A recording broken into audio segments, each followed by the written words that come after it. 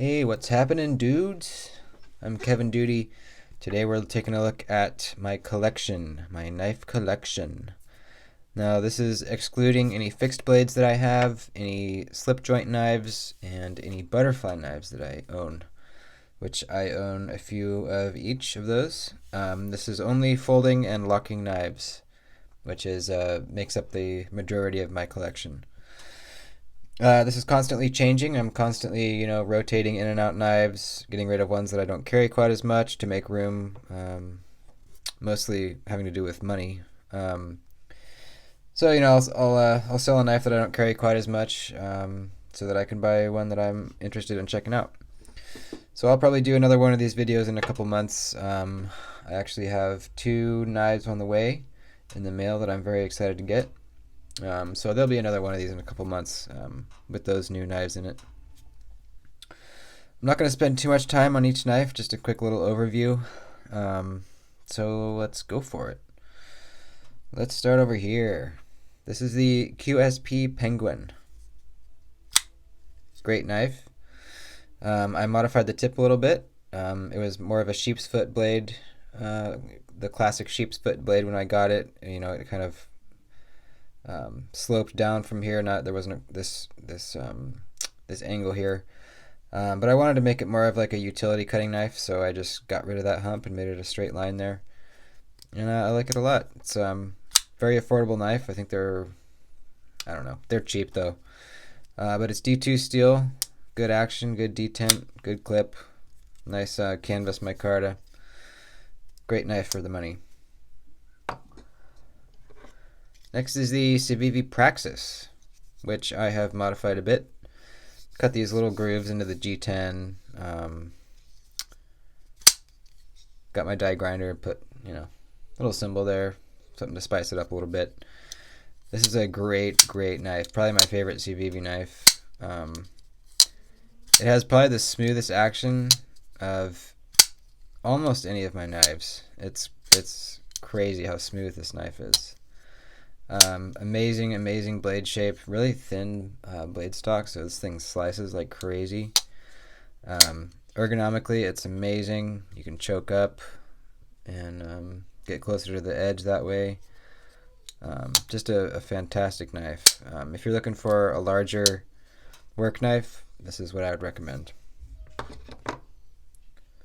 Next we got another CVV. This is the CVV Cogent. This is a button lock knife. So, meaning to close it, you push the button there, and it free falls shut. This one I've added some aftermarket thumb studs on, just because, I don't know, I just wanted to see how it would feel with some thumb studs on it.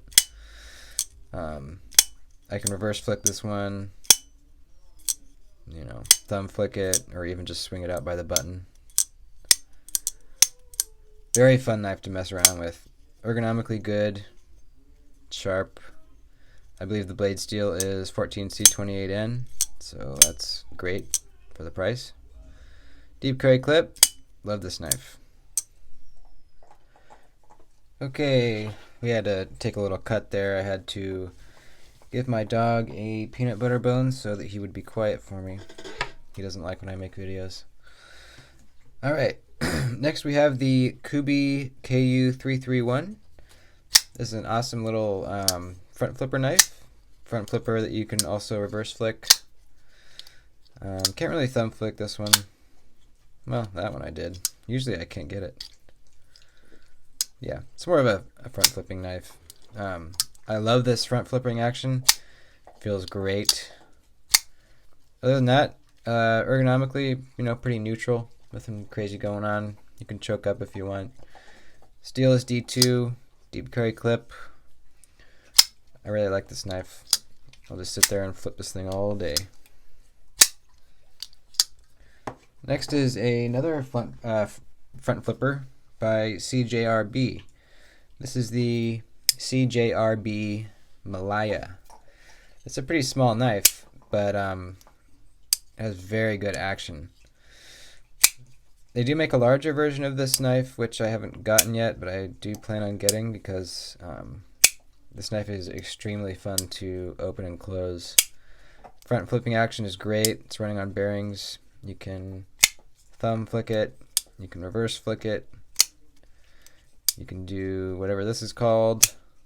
And you can do the over-the-top flip as well. So lots of ways to open this knife, which makes it really fun to play with.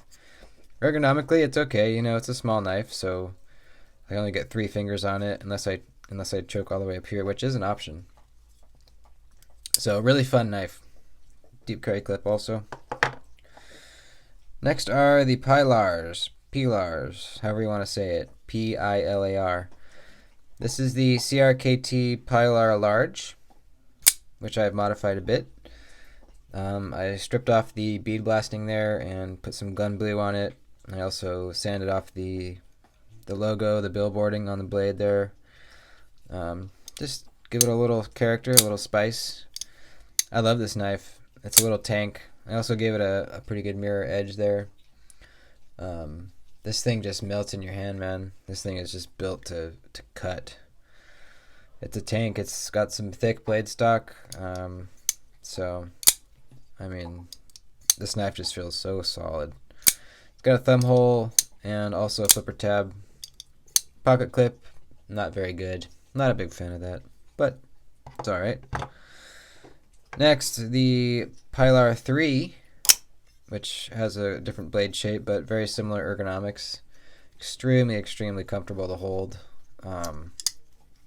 Great action too. These are both on bearings. This one has no flipper tab, only a finger hole. This one's kind of hard to thumb flick because you're putting pressure on that lock bar with these fingers as you're gripping it.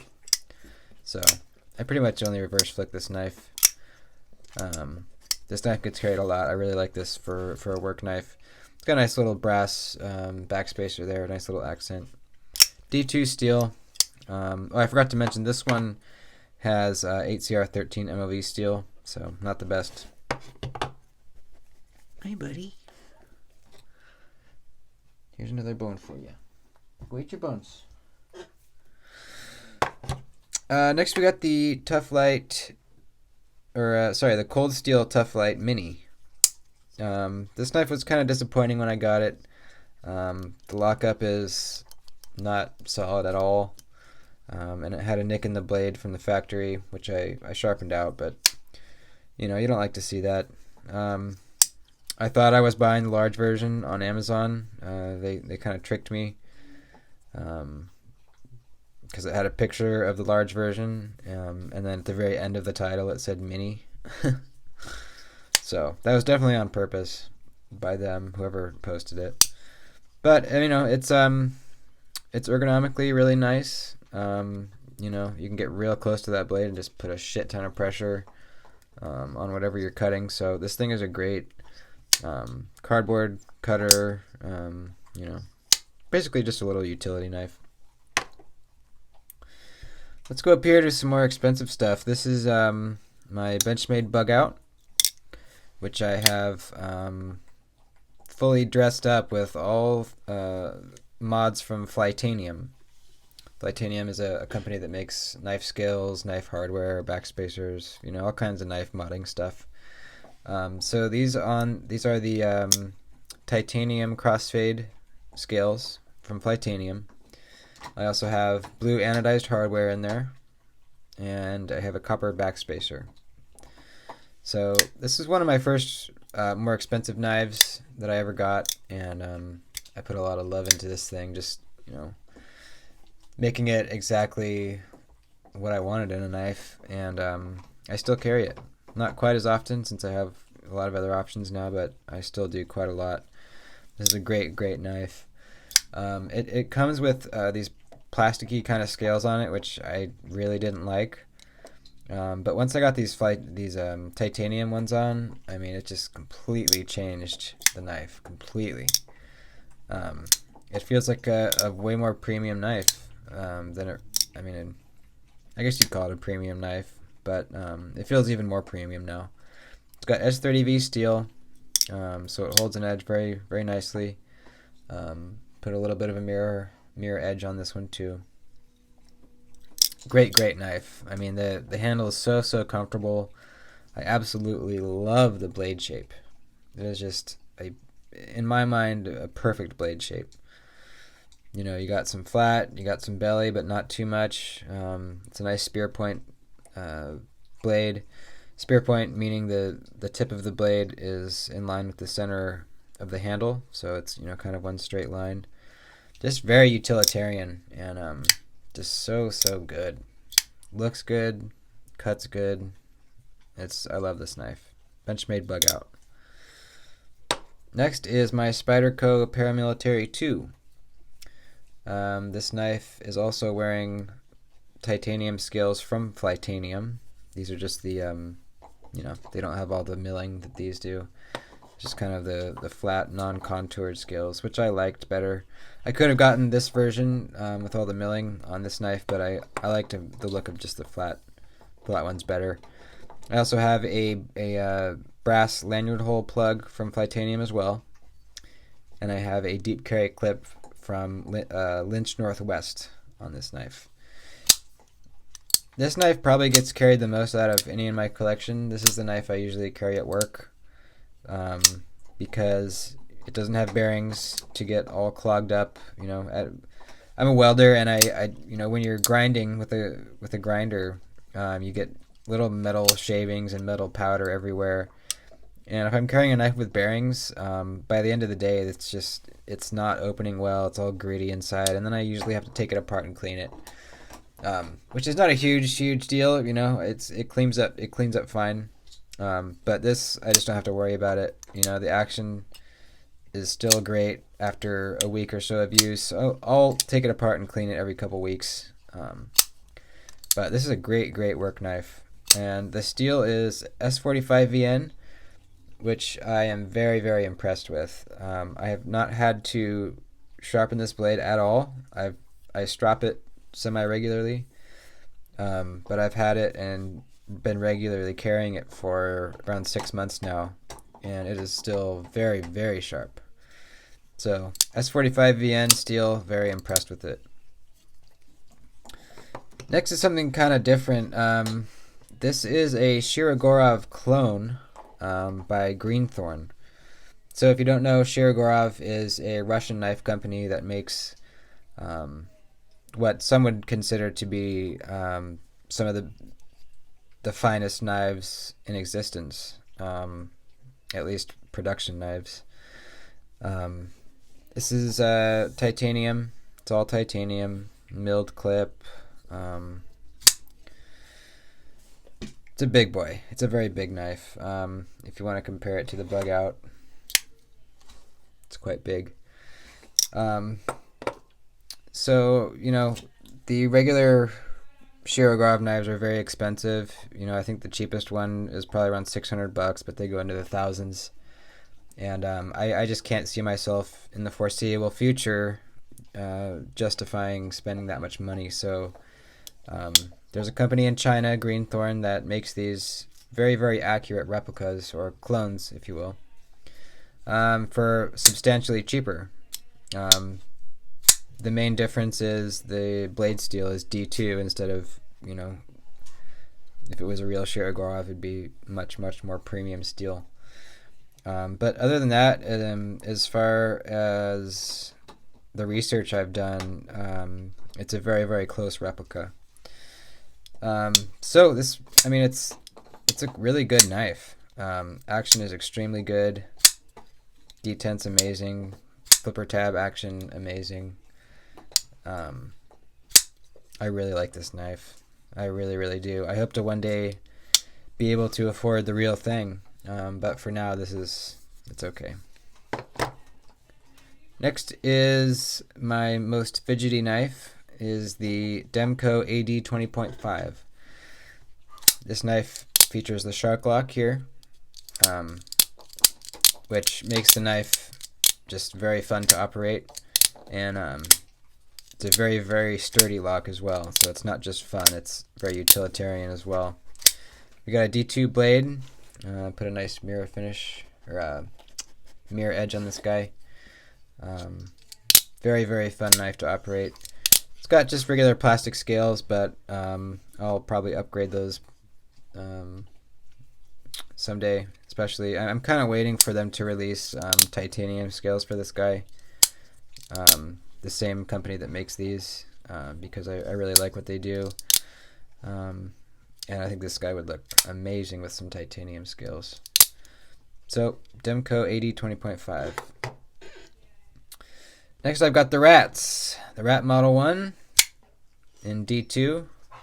Great budget knife. Maybe one of the best. Probably the best. And then the Rat Model 2. It's big brother. Same knife, just substantially bigger. So, very good work knives. Sturdy. Comfortable in the hand. Highly recommend if you're just getting into knives and want a good work knife. Highly recommend. Then we got this little guy, this little bird. Brand name is Bird. It's the Robin 2. Bird is a part of Spyderco. Bird is basically their budget line.